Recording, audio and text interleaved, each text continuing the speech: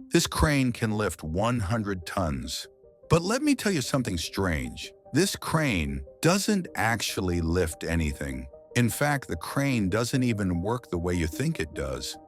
And to truly understand a crane, you have to completely forget the word power.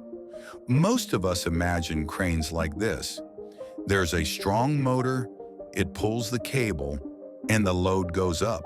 That sounds reasonable. After all, the more powerful the motor, the heavier the load it can lift, right? No. That idea explains how cranes work almost completely wrong, because the most important thing in a crane is not the motor.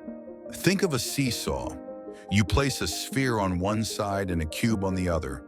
The heavier one is closer to the center, the lighter one is farther away. If the distances are right, both sides stay balanced.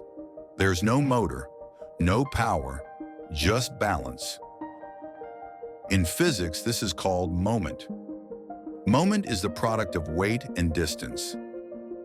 On a crane, the load sits at the end of a long arm. The counterweight sits at the end of a much shorter arm.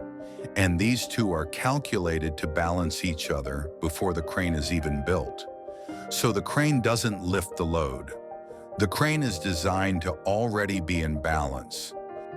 So what does the motor do? The motor's job isn't as important as people think. It overcomes friction, winds the cable, and slowly moves the load to the correct position. And this isn't just about cranes. In engineering, the part you see is often not the part doing the real work. The real work is done by what you don't notice. Just like on a ship, where it's not the anchor but the chain that does the real job. So the next time you see a crane, remember this. Sometimes the thing that looks the strongest is actually doing almost nothing at all.